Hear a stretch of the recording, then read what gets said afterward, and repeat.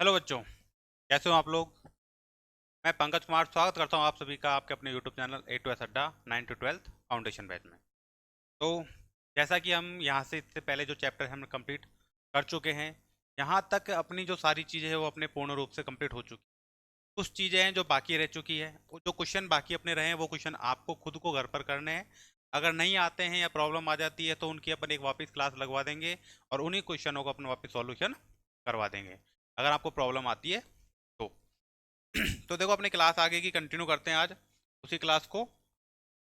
Chapter अपना वही चल रहा है, दो चरों वाले रैखिक समीकरण, जिसमें अपने कुछ पार्ट हो गया था और एक पार्ट अपना बच रहा था। अब जो नेक्स्ट जो विधि है वो है प्रतिस्थापन विधि। नाम से पता लग रहा है कि एक का स्थान परिवर्तन करना है, यानी एक का मान जो है दूसरे के अंदर रखते हुए चलना है अपने को, और उसके बाद में उसका अपने को वैल्यू निकालनी है। प्रतिस्थापन का जैसे कैसे होता है कि जैसे मान के चलो अपने को x प्लस वाई बराबर 5 दे दिया हो, एक अपने को दे दिया 2x माइनस 5y बराबर 10। क्लियर है। यहाँ पर आपको एक समीकरण मिल जाएगा, एक समीकरण आपको ये मिल जाएगा, यानी समीकरण एक और समीकरण दो। आपको कुछ नहीं करना है, अपने को एक समीकरण को उठा के चलना है। जैसे मैं समीकरण एक को ले लेता हूँ, अगर मैं एक को लेता हूँ, जैसे एक्स प्लस वाई बराबर कितना है मेरे पास 5। एक्स का मान अगर निकालता हूँ तो वाई माइनस 5 हो जाएगा क्या, सॉरी वाई माइनस 5 नहीं, आपको हो जाएगा 5 माइनस वाई प्लस का है, बराबर को उधर जाएगा तो माइनस का। तो जो ये चीज निकल के आई है आपके सामने, तो ये अपने पास हो जाएगा समीकरण 3। समीकरण 3 अपन ने किससे निकाला है, समीकरण एक से। जब एक से अपन ने समीकरण निकाला तो उसमें को एक में नहीं रखना, अपने को रखना किस में है, इस वाले के अंदर। तो कुछ नहीं करना, अपने को 3 का मान जो है वो रखना है समीकरण एक में, सॉरी समीकरण दो में। जब आप समीकरण दो में रखोगे तो यहाँ पर देखो दो, एक्स का मान अपने पास कितना पे 5y, तो 5 माइनस वाई, माइनस 5y ऐसे कैसे दे रखा है बराबर में 10। ठीक है, इसको इससे गुणा किया तो 10, दो को y से गुणा किया तो 2y माइनस 5y बराबर 10। माइनस माइनस ऐड हो जाते हैं संख्या, और जो साइन रहता है वो अपने पास माइनस का ही रहता है। ये हो जाएगा 7y इसकस टू 10, यहाँ पर भी है यहाँ पर भी है, ये प्लस का बराबर हो जाएगा माइनस का हो जाएगा 0। तो y की वैल्यू अपने पास कितनी आ जाएगी 0, और y की वैल्यू 0 आ जाएगी तो y का मान अपने को रखना है किसमें, समीकरण नंबर 3 में। जब y का मान 0 रखूंगा तो x का वैल्यू कितना आ जाएगा अपने पास, x का मान आ जाएगा आपके पास 5। क्लियर है आपका यहाँ तक। तो इसी तरीके से अपने को आगे के क्वेश्चन जो है वो सॉल्व करने, इसी को अपन बोलते हैं प्रतिस्थापन विधि। नेक्स्ट आपको दे रखा है कि प्रतिस्थापन विधि द्वारा निम्न रैखिक समीकरण युग्म को क्या करना है, हल करना है। अपने को रैखिक समीकरण युग्म क्या दे रखा है, 7x माइनस 15y बराबर 2, और एक दे रखा अपने को x प्लस 2y बराबर 3। तो ये तो हो गया अपने पास समीकरण नंबर एक, ये हो गया अपने पास समीकरण नंबर दो। अब अपने को एक समीकरण नंबर सिंपल सा निकालना, तो समीकरण मैं कर लेता हूँ दो से। ये अपने पास समीकरण नंबर दो है। यहाँ पर x का वैल्यू तो निकालूंगा मैं तो 3, ये प्लस का उधर जाके माइनस हो जाएगा तो क्या बनेगा 2y। क्लियर है यहाँ पर। अब जो ये 2y निकला ये हो जाएगा अपने पास समीकरण नंबर 3। समीकरण 3 जो है किससे निकाला हमने, समीकरण 3 जो अपना निकला समीकरण 2 से। तो समीकरण 3 का मान, समीकरण 3 का मान आप क्या करोगे, समीकरण एक में रखोगे, एक में रखने पर। क्लियर है।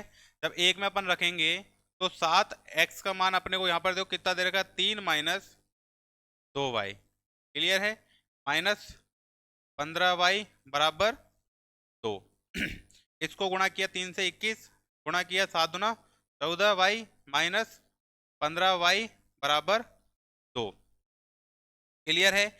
21 जो है प्लस का है उधर जाके माइनस को हो जाएगा तो ये बनेगा माइनस के 29y, और ये बनेगा अपने पास में 19, लेकिन किसका प्लस का है उधर जाके माइनस को जाएगा तो माइनस की संख्या, माइनस से माइनस अपन काट सकते हैं यहाँ पे, तो y का मान अपने पास आ जाएगा 19/29। ये अपने पास निकल के आ गया y का मान 19/29। अब यहाँ पर आपको कुछ नहीं करना है, जो y का मान निकला है तो इसको लिख देंगे अपन y का मान, y का मान समीकरण 3 में रखने पर, इसमें 3 में। क्लियर है? अब समीकरण 3 अपने पास क्या दे रखा है, x बराबर 3 - 2, y का मान कितना है अपने पास 19/29। तो x बराबर हो जाएगा अपने पास 3 - 19 × 38/29। एलसीएम कुछ नहीं है अपने पास, जो भी दे रखा 29 ले लेंगे। 29 के अंदर एक का भाग दिया, 29 बार गया, 29 को 3 से गुणा किया, कितना है 9 × 27 और 3 दूना 6 2 8 87 -38। एक्स बराबर जाएगा अपने पास, लेस करेंगे तो 49/29। तो अपने पास यहाँ पर जो समीकरण का जो वैल्यू निकल के आया है वो अपने पास आया है, एक्स का मान निकल के आया 49/29 और वाई का मान निकल के आया अपने पास में 19/29। क्या चीज़ क्लियर है यहाँ तक आपकी? कोई डाउट हो तो आप इसको वापस रिवाइंड करके आप देख सकते हो। नेक्स्ट लेते हैं अपन कि निम्नलिखित प्रश्न को प्रतिस्थापन विधि से, देखो यहाँ पर कौन सी विधि अपने को दे रखी है, प्रतिस्थापन विधि। आपके पास इसके बाद में एक और विधि आएगी, एग्जाम में एक क्वेश्चन आएगा आपका जिसमें आपसे बोलेगा कि इस विधि से आपको ये हल करना है, प्रतिस्थापन विधि से आपको हल करना है।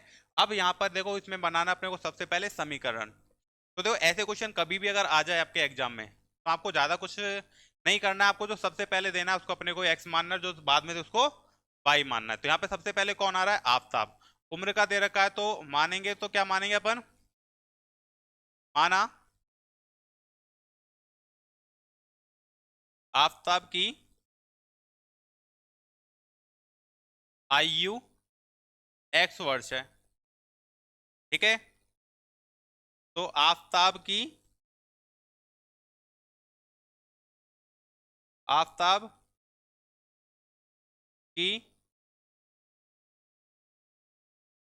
पुत्री की आयु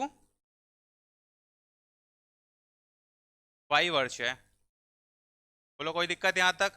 दोनों का अपने पास आ गया, आफताब की आयु अपने पास x आ गई, आफताब की पुत्री की आयु अपने पास क्या आ गई, y, यानी कि जो सबसे पहले दे रखा है अपन ने यहां तक अपने पास कंप्लीट हो गया। अब आगे कह रहा है कि 7 वर्ष पूर्व मैं तुमसे 7 गुनी आयु का था।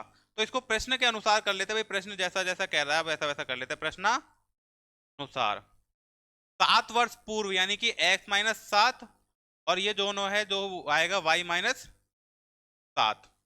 अब मेन चीज ये है कि भाई सबसे पहले गुणा किसको करूंगा, भाई 7 गुनी आयु का कौन है, पिता है, तो पिता से थोड़ी ना गुणा होगा, इससे गुणा होगा। कैसे भाई, x यहां पर जैसे मान के चलो, इसको इधर देखो, इसको अगर मैं इससे गुणा करूंगा 7 से, ये 7 का जो गुणा है वो इस गुणा के इसके बराबर ही तो रहेगा, इस वजह से इसको गुणा करेंगे अपन 7 से। ये हो जाएगा अपने पास x-7 बराबर 7y-49। क्लियर है? यहां पर आ जाएगा अपने पास x-7y बराबर 49 के उधर चला जाएगा तो माइनस के हो जाएगा यहाँ पर अपने पास में 42। क्लियर है? क्योंकि प्लस का उधर जाके हो जाएगा माइनस का, उधर जाके हो जाएगा प्लस का, ये प्लस का इधर आके हो जाएगा माइनस का। क्लियर है? ये बन गया अपने पास समीकरण नंबर 1।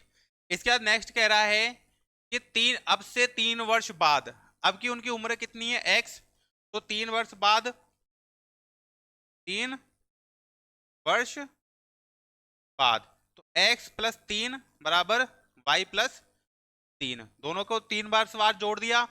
मैं तुमसे केवल 3 गुनी आयु का रह जाऊंगा, कितने गुनी आयु का रह जाऊंगा, 3 गुनी आयु का। तो ये हो जाएगा x + 3 बराबर 3y + 9। तो यहाँ पर हो जाएगा x - 3y बराबर 6। ये हो गया अपने पास समीकरण नंबर 2। बोलो कोई दिक्कत? समीकरण 1 और समीकरण 2 अपने पास बन चुके हैं। अब ले लेते हैं अपन समीकरण 2 से, समीकरण 2 से। और समीकरण 2 अपने पास दे रखा है x - 3y बराबर 6। तो x बराबर हो जाएगा अपने पास 6 प्लस में 3y, ये अपने पास आ गया समीकरण नंबर 3। कुछ नहीं करना, समीकरण 3 का मान समीकरण 1 में क्या करेंगे, रखेंगे। तो रखने पर तो समीकरण 1 क्या है, x - 7y बराबर -42। तो x - 7y बराबर -42। x की जगह वैल्यू कितनी दे रखी है अपने पास, 6 प्लस में 3y पर 6 प्लस में 3y -7y बराबर 42। क्लियर है। यहाँ पर ये घट जाएगा तो ये बचेगा -के 4y। कितना बचेगा? -4y। यहाँ पर बचेगा -42 और ये प्लस का है, इधर आके माइनस का हो जाएगा 6। तो यहाँ पर बचेगा y बराबर -48 बटे में -4। माइनस से माइनस कटेगा तो क्या है, 4 एकम 4, 4 दूनी 8। यानी कितने हो गई? y का मान कितना आ गया अपने पास? 12। y का मान अपने पास कुछ नहीं रहेगा, y का मान रख दो अपने समीकरण 3 में। x बराबर 6 प्लस में 3 इंटू 12। x बराबर हो जाएगा 6 प्लस में 12 तिया 36। तो x का मान अपने पास आ जाएगा 42। यानी कि x की कितनी उम्र आ जाएगी? 42 वर्ष। और उसकी पुत्री की उम्र कितनी आ जाएगी? 12 वर्ष। बोलो कोई दिक्कत? क्लियर है यहाँ तक? बोलो कंप्लीट है। यानी कि आपको कुछ नहीं करना, जैसा जैसा अगर ऐसे कभी भी समीकरण वाले क्वेश्चन दिए दिए जाएं तो आपको कुछ नहीं करना, बहुत आसान तरीके से आपको करना है और हल निकालना है। क्लियर है। नेक्स्ट दे रखा है कि एक दुकानदार में 2 पेंसिल 3 रबड़ों का मूल्य 9 है। देखो सबसे पहले क्या दे रखा है? पेंसिल।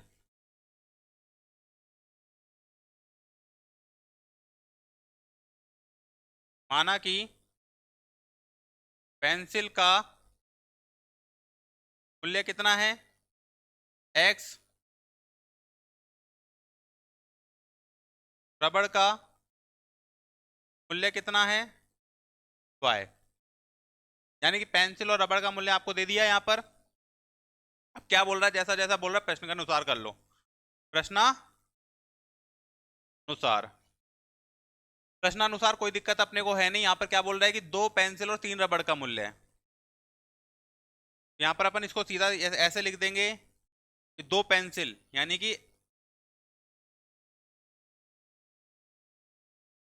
इसको लिख देंगे 2 पेंसिल प्लस 3 रबड़ का मूल्य कितना दे रखा है? 9। ये बन गया अपने पास समीकरण नंबर 1। फिर बोल रहा है 4 पेंसिल और 6 रबड़ का मूल्य कितना दे रखा अपने को? 18। ये हो गया अपने पास समीकरण नंबर 2। तो इसको कुछ नहीं करना, समीकरण नंबर 1 से अपन इसको हल करेंगे। तो 2x प्लस में 3y बराबर 9। 3y बराबर हो जाएगा अपने पास 9 माइनस 2x और y बराबर हो जाएगा 9 माइनस 2x बटे में 3। ये अपने पास y की वैल्यू आ चुकी है। y के वैल्यू का मान अपने पास रख लेंगे किसमें?